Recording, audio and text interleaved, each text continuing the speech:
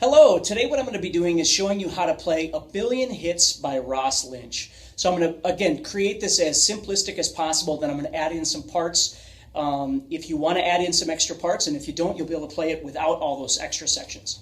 So the first thing to understand is up till about 2 minutes into this song, you keep playing exactly the same chord progression with power chords. So the first power chord you're going to play is an E power chord. So you're pressing on the 5th and 4th strings with your first finger, and you're strumming just the top couple of strings. And then what you're going to do is stop the strings. Now, most of the people will stop it over here with kind of a little karate chop. If you want to stop it with this hand over here, you just have to be really gentle. You know, don't press down. Don't do that. Just barely press down. So whatever works for you. Then what you're going to do is go to the 3rd fret of the 6th string, and you're going to make a power chord there. Okay? So I'm making a 6th-string power chord. I'm pressing on the 6th string with this finger, the 5th string with my ring finger, and the 4th string with my pinky. And again, I'm just going to try and hit the top couple of strings. And then I'm going to stop the strings again.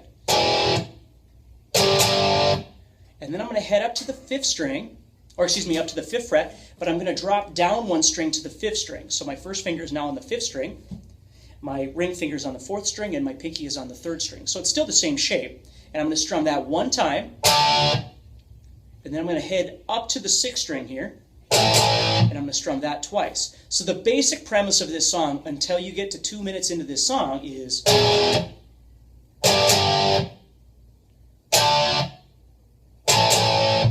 Okay? And that's what you do in the verses and the choruses over and over and over. Now, let's expand that a little bit. So let's say we're in the chorus now, and we want to change it up a little bit. The easiest thing you can do is start strumming more. Because when you listen to the chorus of this song, you could be doing something like this.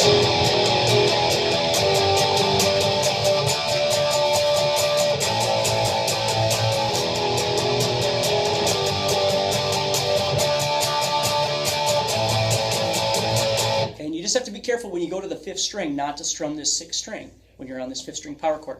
Now, if it's too hard to strum all that, maybe you just strum quarter notes. Maybe just...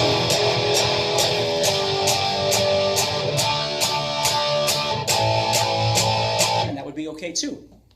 All right? So we have a verse, we have a chorus, same chord progression, just different rhythms, just different strumming style.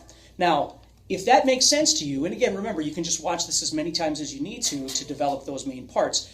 I want to show you the parts that are in between those. If it makes sense and you want to bump up your level a little bit more, in the verse, he actually does this. There's one other part we're missing. It goes like this.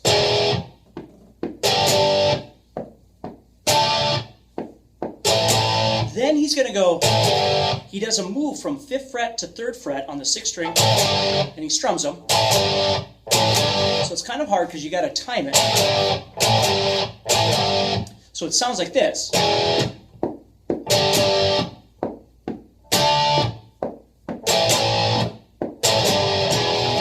That's how the verse would go.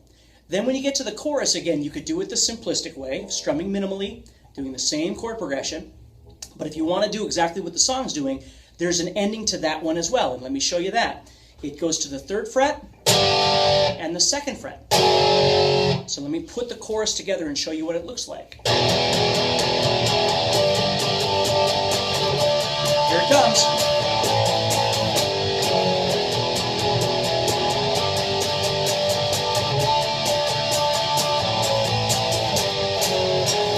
Now, you wouldn't have to have the 3 and 2. It would sound just fine without it, but if it makes sense to you, you can add those in.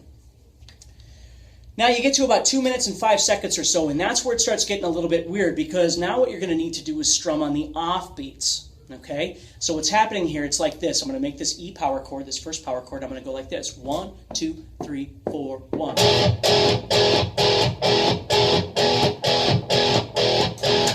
So I'm not strumming when I'm tapping my foot. I'm strumming when my foot comes up in the air. So I'm strumming and then stopping right away. And you'll notice when I stop, I'm using both hands. You don't have to. You can just use one hand if you want to. But we're going to be using the same chord progression, but the rhythm is vastly different here. So you're going like this. Let me play it for you. 1, 2, 3, 4.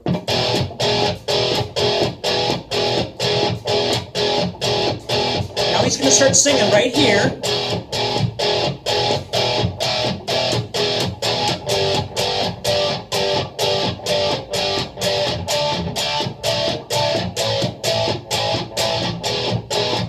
still on the offbeats.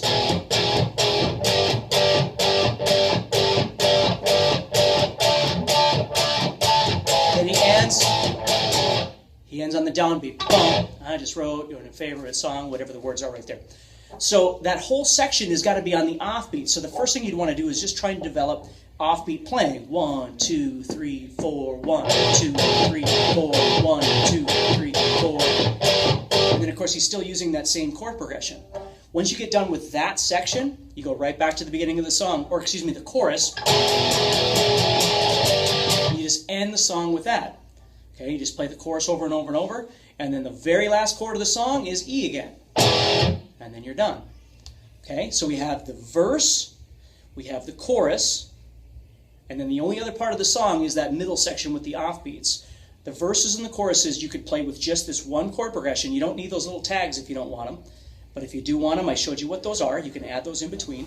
And then the hardest part of this song, I think, is that offbeat thing, trying to get comfortable with that.